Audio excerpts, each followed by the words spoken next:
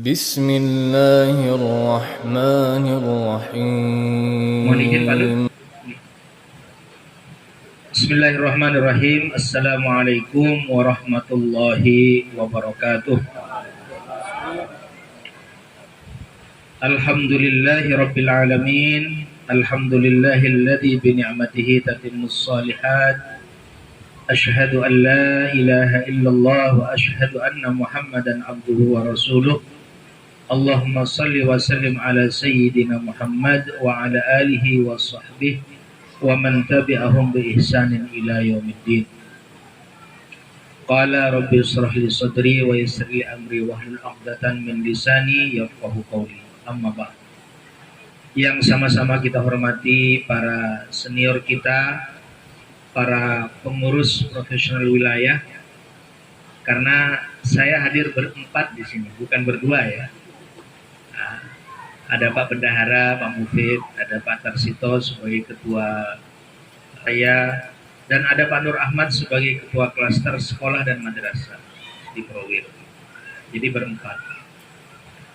Rekan-rekan asatidz wal ustadzat, para coach, para pembimbing, singkatnya seluruh peserta halal bihalal Proda Lombok Timur yang dimuliakan Allah. Awalnya saya sambutan, kok beralih jadi arahan. Nah, bersyukur bisa bersilaturahim sama antum. Ya, banyak sekali hadis yang sudah kita baca tentang keutamaan silaturahim. Ya. Karenanya ini forum yang sangat membahagiakan saya. Di tengah kesibukan antum bisa juga mencuri-curi waktu. Saya pun agak ragu ya mau menjawab WA-nya Mas Ruhin ini. Karena masih jet lag juga. Baru tiba dari umroh. Karena saya ditugaskan sama istrinya Pak Lukman ini. Bos saya beliau ini. Ditugaskan membimbing jamaah untuk akhir Ramadan. Kemudian saya baru pulang hari Kamis malam kemarin. Istirahat sebentar. Sabtu sudah ngisi manasik umroh lagi. Untuk keberangkatan hari Rabu besok dibimbing oleh Tuan Guru Maharor, oleh Bapak. Ya, bismillah. Saya tawari kepada teman-teman Prowil yang lain. Ternyata yang sanggup berangkat dari 4 orang hanya kami berdua. Salam dari Bapak Dr. Sartono dan Pak Turab kepada antum. Baik rekan-rekan, kita urai satu persatu saja.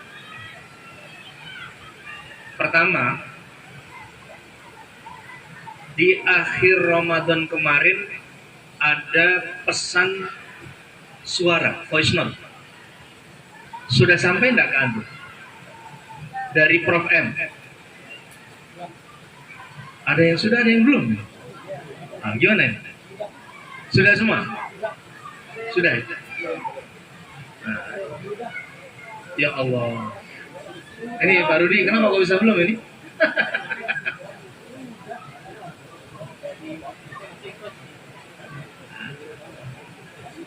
Ya sudah, enggak apa-apa.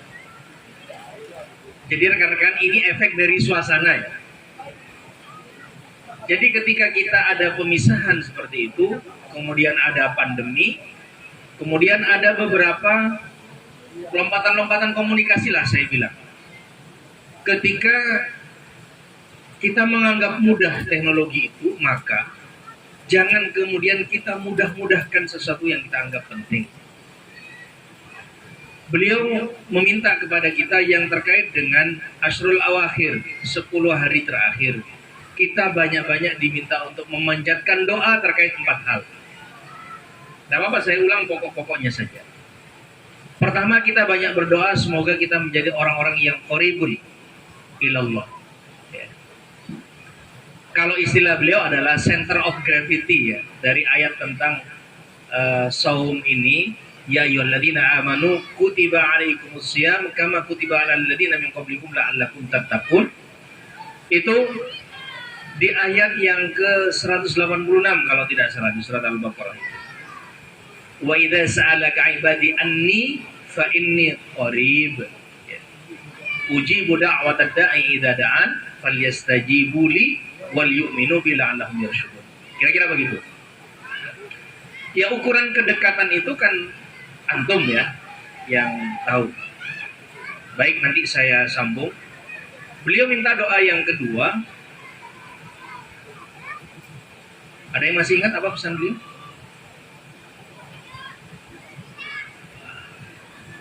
Doa yang kedua itu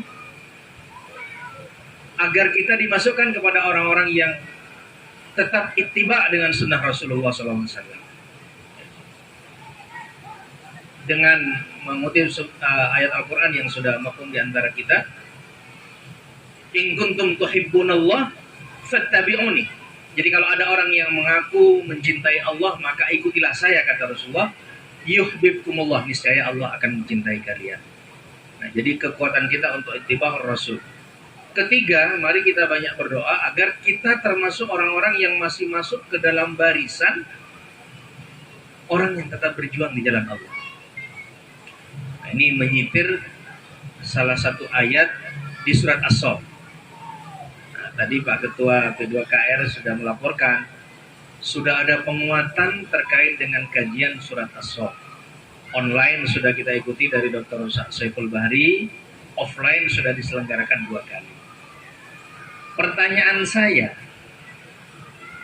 itu kewajibannya di Amaliyah Yaumiyah Ramadan, kita disuruh mengkaji atau menghafal juga? Nah, pertanyaan saya begini, siapa yang belum hafal surat As-Saff? Bapak-bapak dan ibu-ibu angkat tangan coba. Oh, berarti sudah hafal ya? Oh, pertanyaan saya, siapakah yang belum hafal surat As-Saff? Ibu-ibu? Ini jadi PR Pak Ketua P2KR. Gitu ya. Nanti dikasih reward yang belum hafal.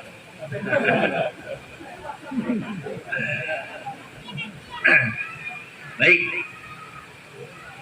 Yang keempat, beliau minta agar kita memperbanyak doa untuk kemaslahatan bangsa ini. Dikaruniakan pemimpin yang baik, baik itu di legislatif, di eksekutif maupun di yudikatif. Ala kulli hal. Ini kan temanya terlalu banyak yang harus saya simpulkan. Masya Allah. Taujih Rabbani tadi menjelaskan tentang istiqomah. Diulas oleh Bapak Ketua Proda kita tentang istiqomah. Bagaimana nyambung antara Ramadan dan pasca Ramadan. Berat memang istiqomah itu. Tapi kira-kira begini teman-teman. Kalau Prof. M menjelaskan tentang center of gravity-nya itu adalah tentang qoribun ilallah, ya, bahwa kita dekat kepada Allah. Coba sekarang kita telisik saja apa yang menjadi khitab atau menjadi tema dari Ramadan, dari diwajibkannya puasa. Apa? Takwa. Sepakat? Sepakat. Bapak-bapak, antum dapat taujih tentang takwa setiap berapa hari sekali? Setahun sekali ketika berjumpa Ramadan. Semua sepakat, semua khotib, semua dai, semua penceramah bilang, ya ayyuhalladzina amanu kutiba alaikumussyam kama kutiba alal ladzina min qablikum la'allakum tattaqun. Setiap Jumat. Ya kan? Ya ma'asyiral muslimin, ittaqullaha haqqa tuqatih. Mengutip ayat, ya ayyuhalladzina amanu ittaqullaha haqqa tuqatih wala tamutunna illa wa antum muslimun. Sudah. Pertanyaan saya. Kemudian takwa itu apa?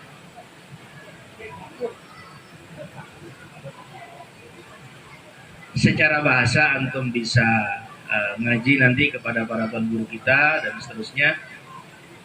Tapi yang ingin kita stressing pada pertemuan ini ketika Pak Ketua Proda tadi menyampaikan bahwa harus ada kesinambungan. Kita tidak hanya menjadi orang-orang yang Ramadhaniyin, tetapi menjadi orang-orang yang Rabbaniyin. Itu artinya bisa mewujudkan nilai-nilai takwa itu setelah momentumnya berakhir.